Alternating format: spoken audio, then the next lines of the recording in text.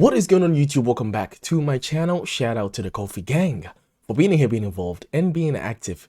About 2-3 hours ago, Ren released his latest track, which is a continuation, the part 3 of Money Game.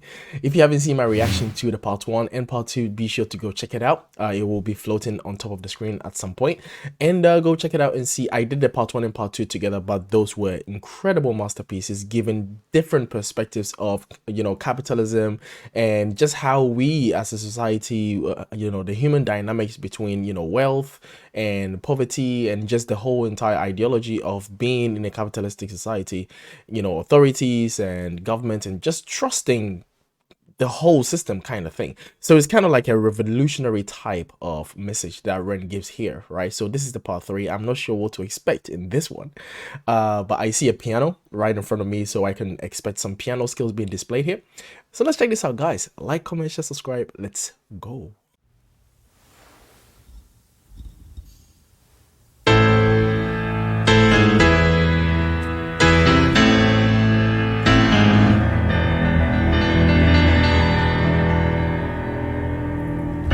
First of all, I like how everything is darkened, like everything. You don't even see the piano's head at the top here. You don't even see it. Everything is literally darkened all the way to just a little bit of the minor notes where we can see just a little bit of it.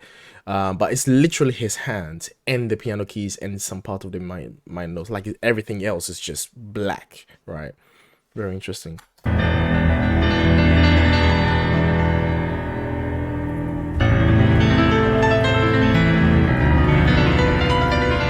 Jeez.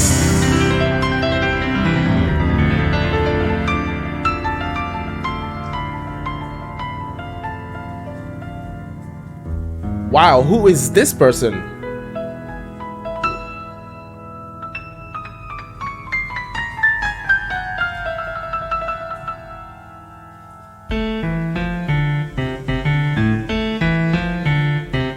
Okay.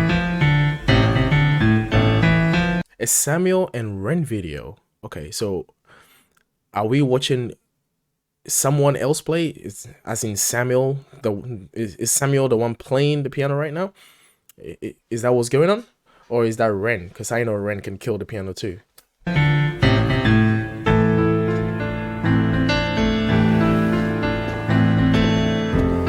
Oh, okay.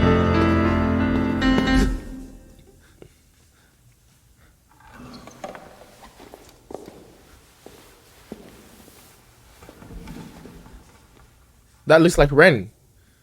That was Ren. That's Ren.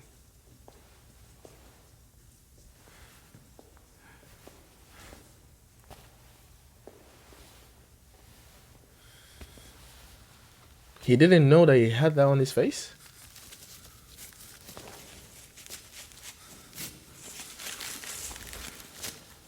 Why is he so afraid?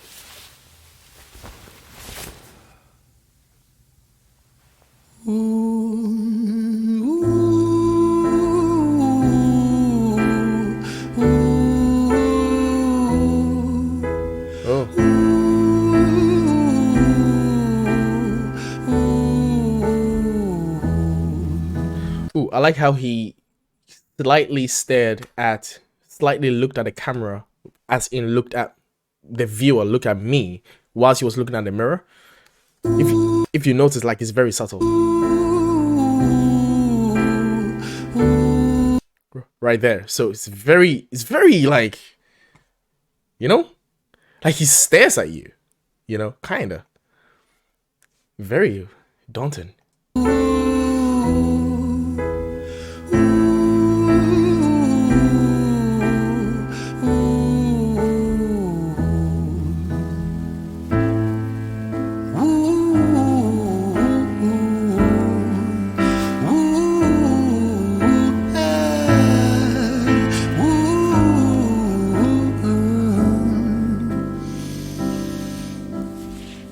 Tell you a story about a boy named Jimmy. 1 year old and his first words were mine, mine, gimme. 2 years old he was walking, 3 years old walking quickly, 4 years old he was running round the pavements of his city. 5 years old and his daddy told him, listen here son, you gotta learn to be a man. A man, he works for what he wants. 6 years old and he's reading, writing, top of the bunch. And when he's 7, his progression made him student number 1. 8 years old and he's praised for unusual grades. 9, his parents paid for private school to nurture the flame. 10, 11, 12, 13, he ascends and ascends. His daddy tells him, son, money is the means to all ends. 14, solving complex mathematic equations. At 15, IQ 150, still elevating. 16, he develops complex software code that detects weaknesses in cybersecurity protocols. 17, and he sells his vision, keeping the share. Not yet an adult, but he's practically a millionaire. 18, and his daddy tells him, now you're a man. This world don't give a damn about you, so take all that you can. 19, he turns a profit, stocks and shares, invest in product. 20, double down deposits. 21, his income rockets. 22, he learns the truth is just an obstacle to wealth. If you manipulate the data, then a lie will sell itself. 23, a life of luxury, crystal and cocaine. 24, he makes the Forbes list, they're applauding his name. 25, and his daddy tells him, listen here son, while you're sitting in that palace, that don't mean that you won. 26, a business shift, he switches business to arms. He's 27, dealing nuclear and shells in Iran. 28, inside the Senate, money bought him a seat. He's 29, a role of counsel in the president's suite. Now he's 30, his daddy says you're losing the race. You're just a servant to the king, not even in second place. 31, a big maneuver for his daddy's approval, moving imports over borders from the exports out of Cuba. 32, moving grams, growing kilos to tons. He's 33, filling. Damn, how did it all fall apart? How did it all fall apart? Wait, first of all, this sounds like a very familiar story with the average millionaire in America. Like, this sounds very familiar. Is he singing about someone in real life? I know he says that the name is Jimmy, but I'm thinking, unless there is someone called Jimmy or Jim that has this life story. But this, like, this is not a fantasy story. Like, this is like a very real story that someone has probably gone through. Is this a true story? Is this based on a true story? But I love how the piano kind of leads us through the story with the feel, the vibe, because when he turned 30, he gets into the suite second to the president. But then if his father tells him that obviously he's not even the king, and then everything starts falling apart. He started, he in desperate moves starts doing crazy things, dealing in drugs, pushing cocaine and all of that. So so we feel the whole thing kind of like chaotic, falling apart. I love that. The race, you're just a servant to the king, not even in second place. 31, a big maneuver for his daddy's approval, moving imports over borders from the exports out of Cuba. 32, moving grams, growing kilos to tons. He's 33, filling warehouses with powder and guns. 34, turf war with nobody to stop it. Blind eye from the po-po inside of his pocket. Wow. 35, he gets the call. I'm sorry son, but it's your father. Had a heart attack, I'm sorry, he's gone. 36, getting pissed up, abusing his product. 37, eyes glazed, disposition demonic. 38, with a prostitute, a moment of passion, heating up a silver spoon and then chasing the dragon. 39, getting reckless, Heating up the silver spoon. Oof. and hungry for power. Daddy's words are still driving him to kill and devour. Makes a move against the cartel, but the strategy's flawed. They retaliate and leave him in a hospital ward. A bullet buried in his vertebra and one in his leg. The doctor sighs and says, I don't think you'll be walking again. Oh. Wow. Wow.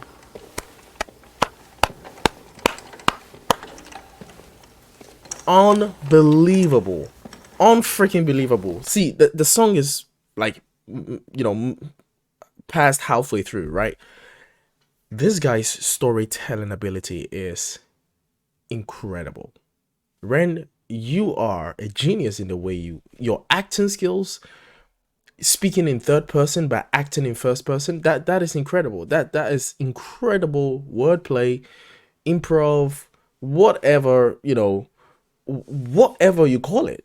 this is brilliant. This is amazing.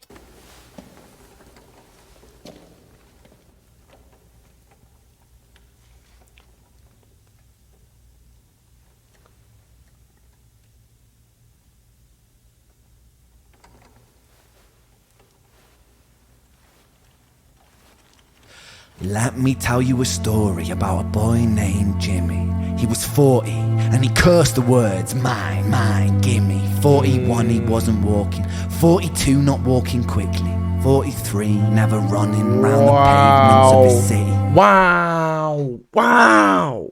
Wow. Oh, the reverse of that. That is crazy.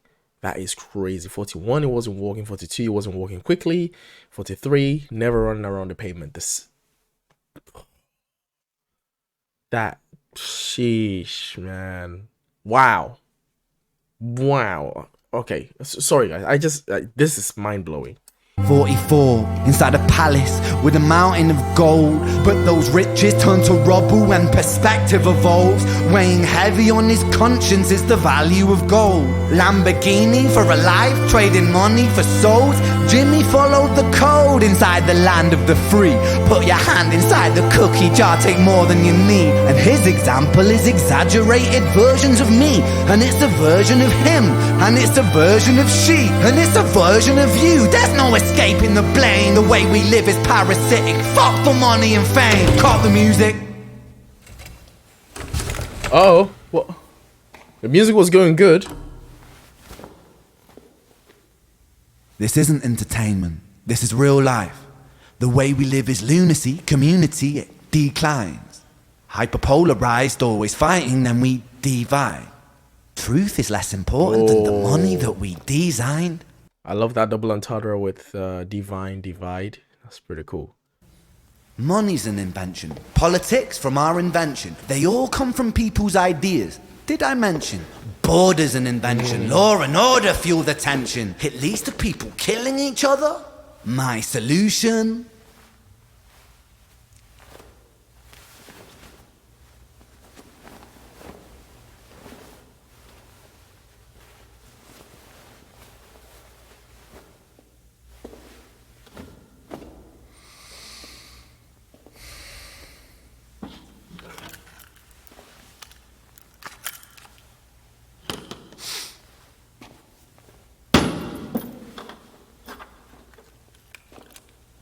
This feels a little bit like Peaky Blinders. Everything is subject to change. We could build utopias if individuals were taught to use their brains. But if we teach kids in schools to always be sheep and put themselves before the herd if there's more money for me, then there's no future I see where the humans survive. We're parasites inside a petri dish with cannibal minds. Mold will grow upon the surface and consume till it dies. And our fate could be the same without this story to the wise.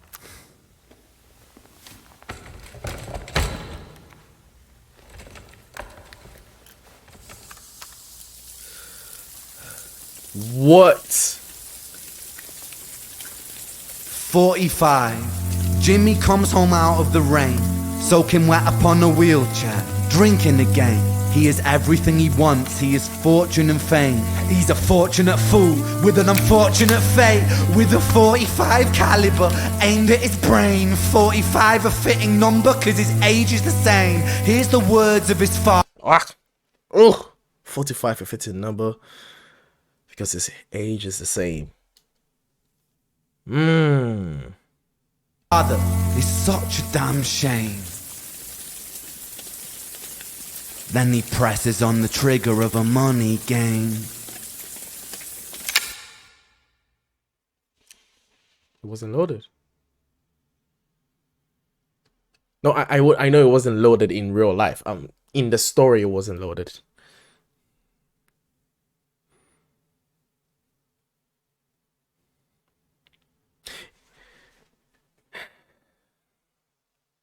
Man, it's